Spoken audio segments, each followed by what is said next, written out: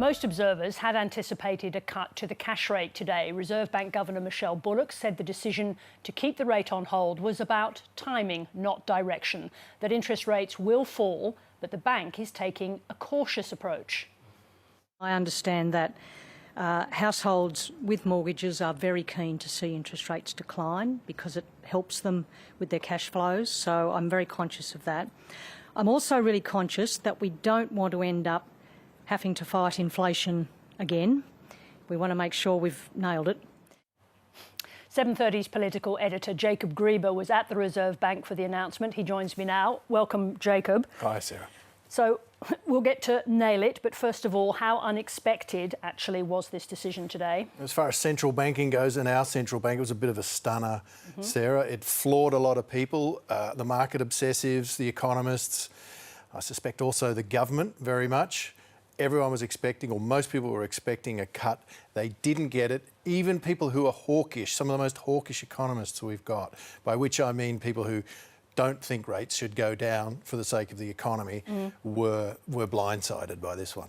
Now, just a small caveat to that. I noted that ahead of time, Westpac said that although they thought a cut was a good idea, they said it wasn't a shoo-in. So are there supporters out there for the cautious approach that the governor outlined today?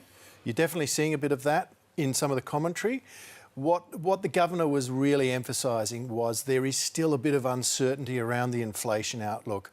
And I think what she's suggesting people misread was the monthly numbers. People took too much from that, which showed a very sort of steep decline in inflation. She's arguing, look, there's partial elements in that are not clear. She wants to wait for the quarterly numbers. And how soon do they come? Well, it opens up August.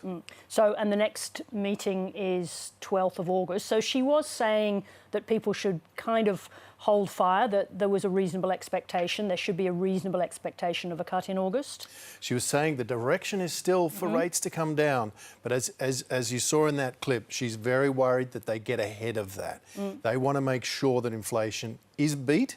They don't want to be going back up in rates. That would be a policy disaster. OK, now, one of the things that happened today, just from, if you like, from a technical point of view, was this is the first time since the review of the Reserve Bank that we had numbers given of how many members of the board voted for and against. It was 6 to stay where they were, 3 who wanted the move or voted against that.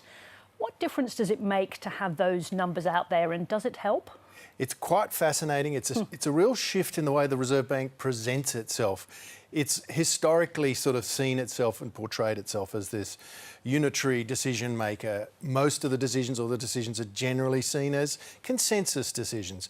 Now we see for the first time today, and my indication was they actually were thinking perhaps of doing this at the next meeting. They've brought it forward, and lo and behold, we see a bit of a split here, 6-3, as you say. So that tells you there is a willing and difficult conversation going on in that board, and that's quite an interesting development. But presumably those debates have been going on for all time. What difference does it make to have it on the outside, especially if you've got what all journalists want, which is names attached to those numbers? Yeah, which they don't do. They're only giving us the numbers overall because they don't want people exposed to lobbying, for instance, or us chasing them down corridors. Fair enough.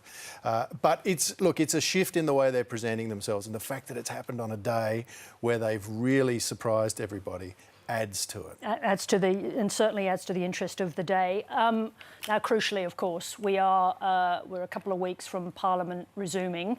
We haven't seen the Treasurer gave a press conference. He's not on the show tonight.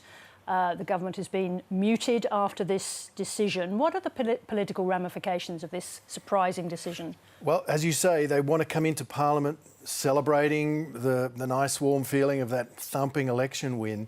It's not that this kills the honeymoon, but it certainly dents a bit of the euphoria. There's a sort of realisation in this decision today that it's going to be a grinding, slow process for rates to come down. And frankly, maybe they don't come down as much as people think. The frustration within the government is the economy's weak, inflation's within the band. Monetary policy is still restrictive. It's leaning on the economy, it's leaning on households. Surely it's time now to let some of that go and give the economy some breathing room. And that's going to be the frustration for the government. Now, of course, we're thinking a lot about the global situation, and I think the governor said today that a lot of time had been spent in their debates on the global situation. That was actually the question that you put to the governor.